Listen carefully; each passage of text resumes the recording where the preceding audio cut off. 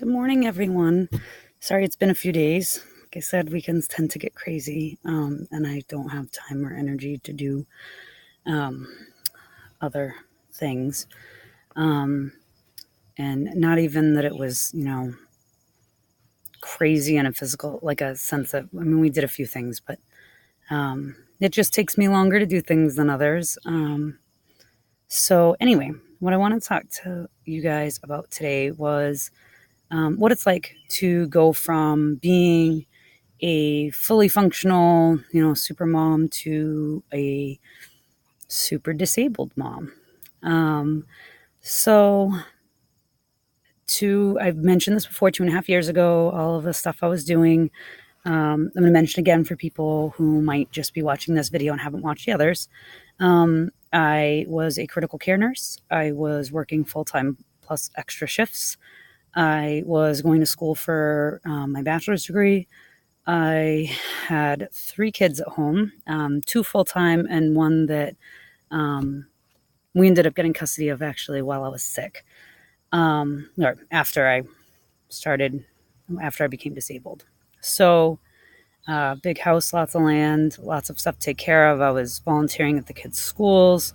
I'm sorry, there's a car coming. It's just a truck. Luckily, this time you might get some logging trucks, as you may have seen in other videos.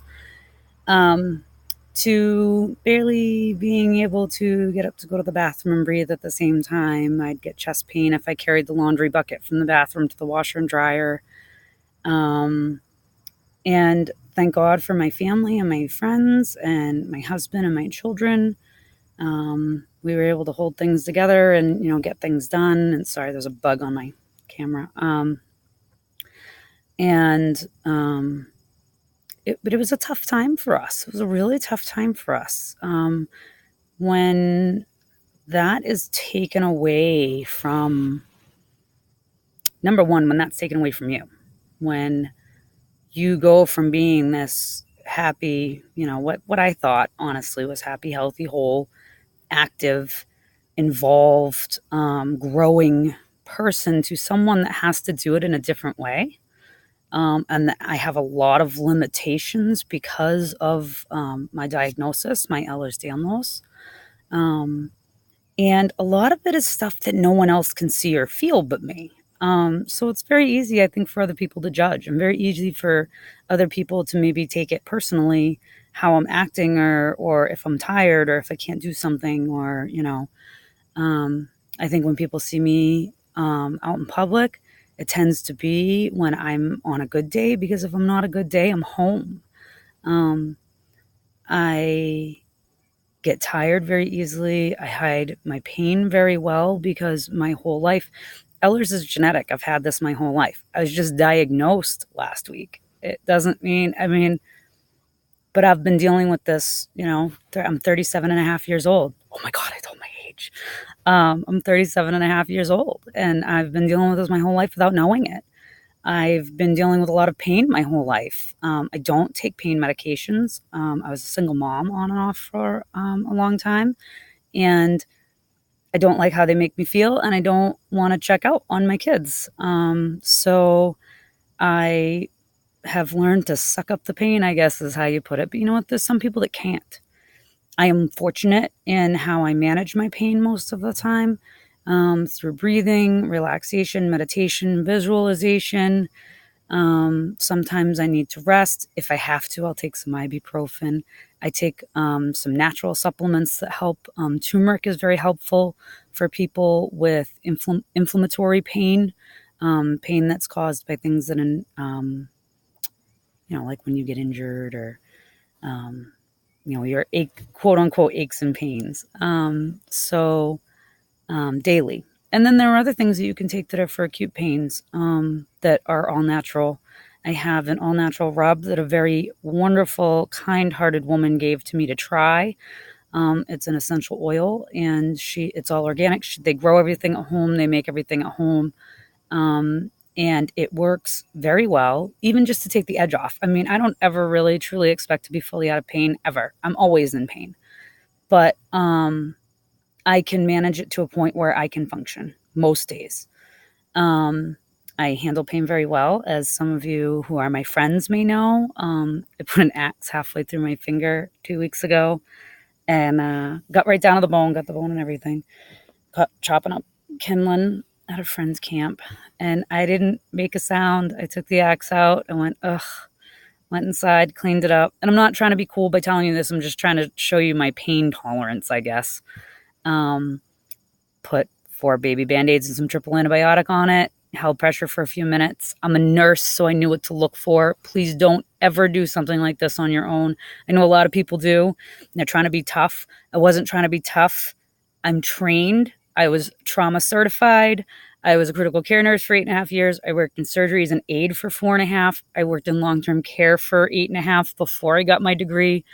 I come from a medical family. I knew what to look for and I knew what to do for it. I do not suggest that anyone else handle their situation like I did. And ultimately, I didn't even handle it right. I should have been seen earlier. I wasn't seen earlier because my pain tolerance is very high and it really didn't hurt that bad. Like, I really didn't think, I mean, I knew I had, injured my finger. Obviously, you don't go halfway through your finger with an axe and get the bone and not realize it. But I'd gone through the nail. I knew they couldn't stitch the nail. It wasn't bleeding like I had gotten any major arteries. I had good circulation. I had feeling in my fingertip still. I got the bleeding very easily under control with 4 tiny Band-Aids. Like, I cleaned it up. I did all the things that I thought that they would do.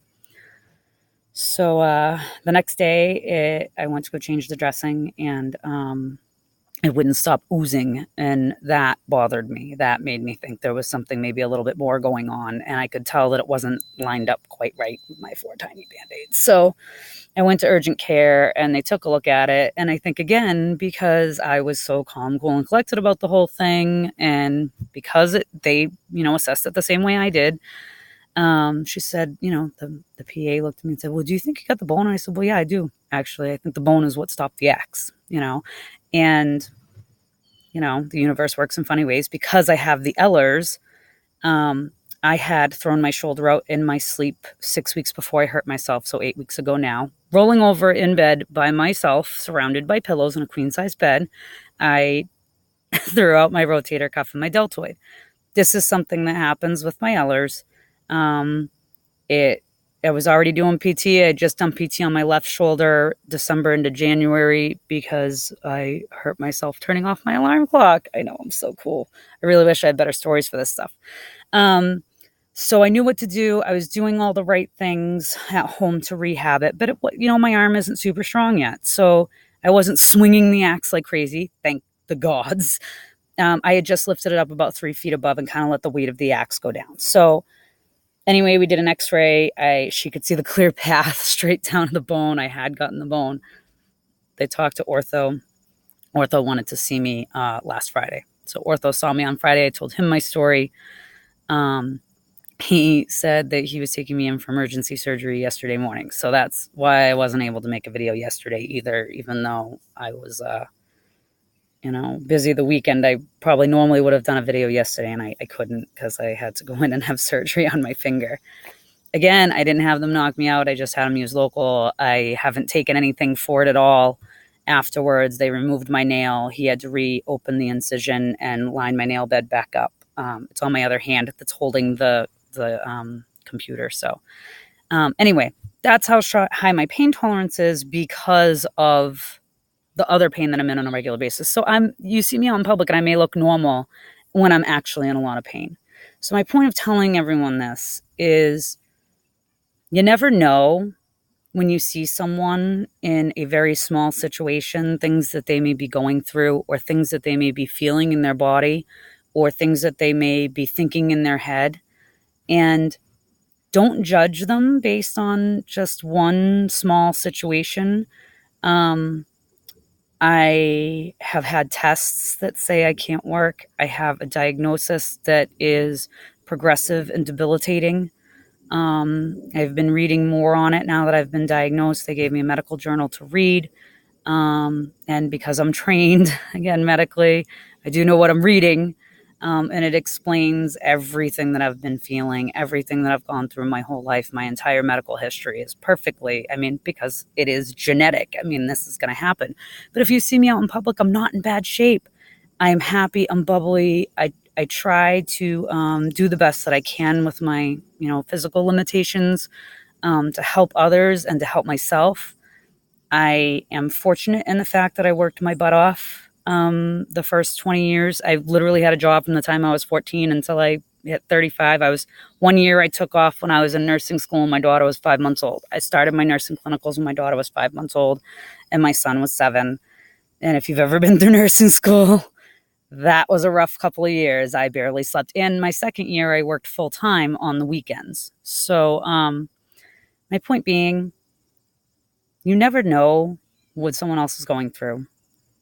No one chooses to be disabled. I think I had it even as a nurse and even as a caregiver and even as a healer who held space and truly tried not to judge people. I mean, I would treat any of my patients the same.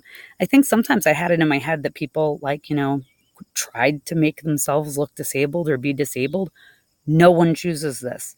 It is not a life that I would wish on my worst enemy.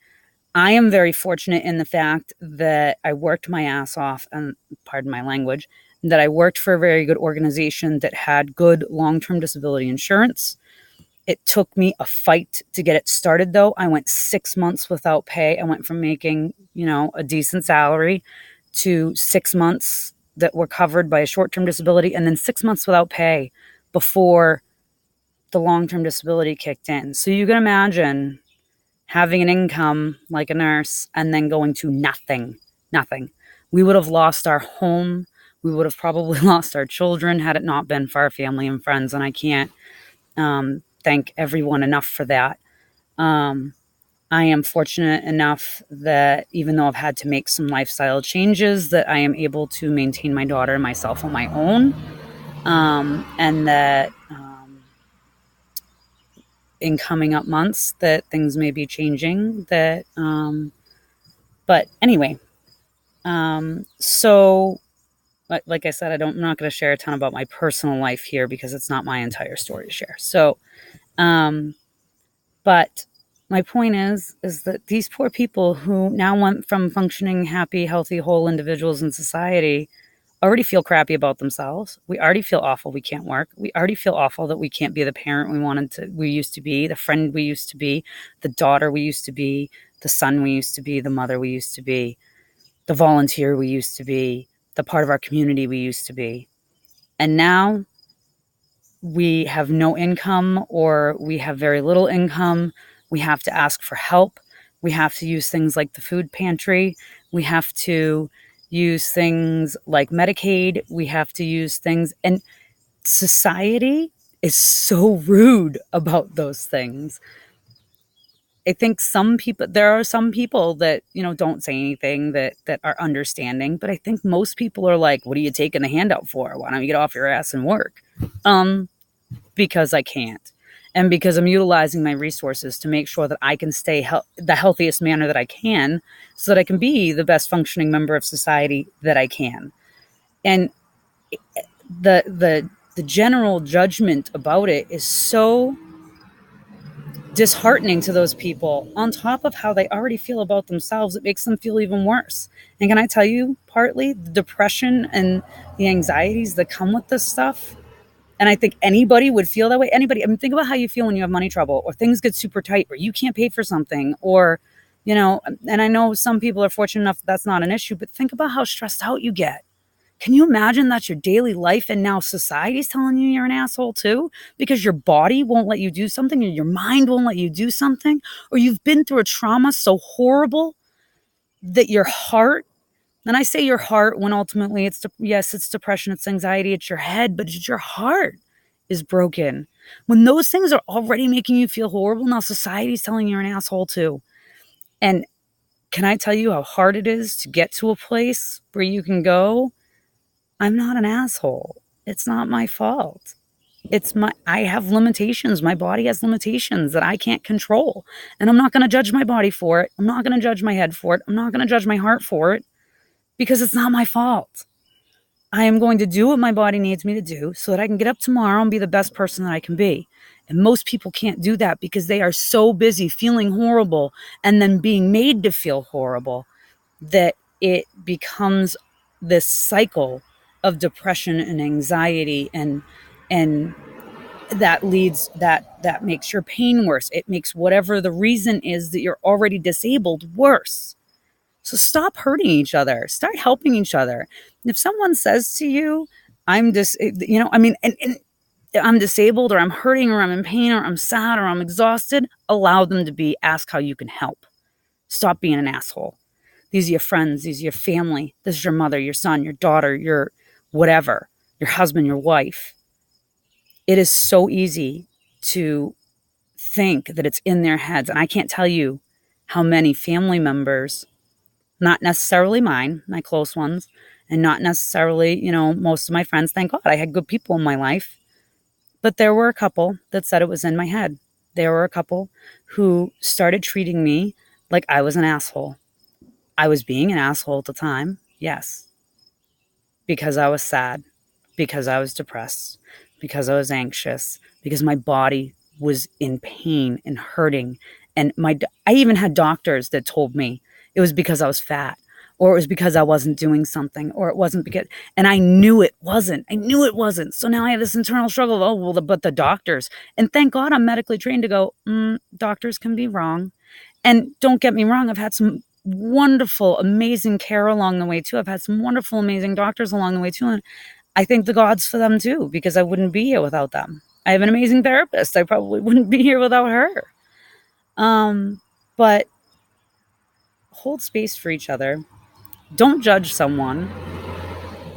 I can tell you that most of the time when people first meet me, I'm fairly new to this community. I've been here 5 years, but it's a small town. It's an old community. Everybody knows everybody, so I'm new. And when people meet me, one of the first questions you ask someone is, what do you do? And I tell people, well, I was a critical care nurse until, 2.5 years ago. And I've unfortunately been disabled since. And they go, oh, I'm so sorry. And I say, it's okay. And they look at me like I'm nuts. Like, oh, well, then it's not okay to be okay with being disabled. It is okay to be okay with being disabled. It's not my fault. There's nothing I can do about it. I've tried, believe me. This is the little thing that I can do, is this. And I run a support page on Facebook for people who have been going through some of the same things. I'm lucky if I can get the rest of my ADLs, my activities of daily living. Here I am being a nurse again, sorry. I'm lucky if I can get, the other stuff done. And most days I can't. And most days I skip stuff that most people don't skip, or I leave it to the next day, or it goes undone for a little while, or I have to ask for help. And those things were really hard for me to learn to do. I do fundraisers because I can't work, but they can't stop me from volunteering. And those take a lot out of me, I'm very lucky in my community, even though it's new to me. This community has been very helpful for my healing. I am very lucky for my community, for my family, for my friends, and for my providers that have helped me get to this point. So if you're going through this yourself, there's hope. You can do it. I will talk more in other videos. This one's getting kind of lengthy, so I don't want to, I'd like to keep them fairly short, and this one's probably one of my longest. If you know someone that's going through this, if you know someone that's become physically disabled, even if it seems like it's been a long time and, oh, they're laying around, they're not doing this, they're not doing that, maybe stop judging them. Stop making them feel worse because it's not helping, and start asking what you can do to help so that they can help themselves. You can't make their head better. You can't make their heart better. You can't make them get up and do anything physically that their body won't let them do. But you can hold space, and you can ask them how you can help them help themselves.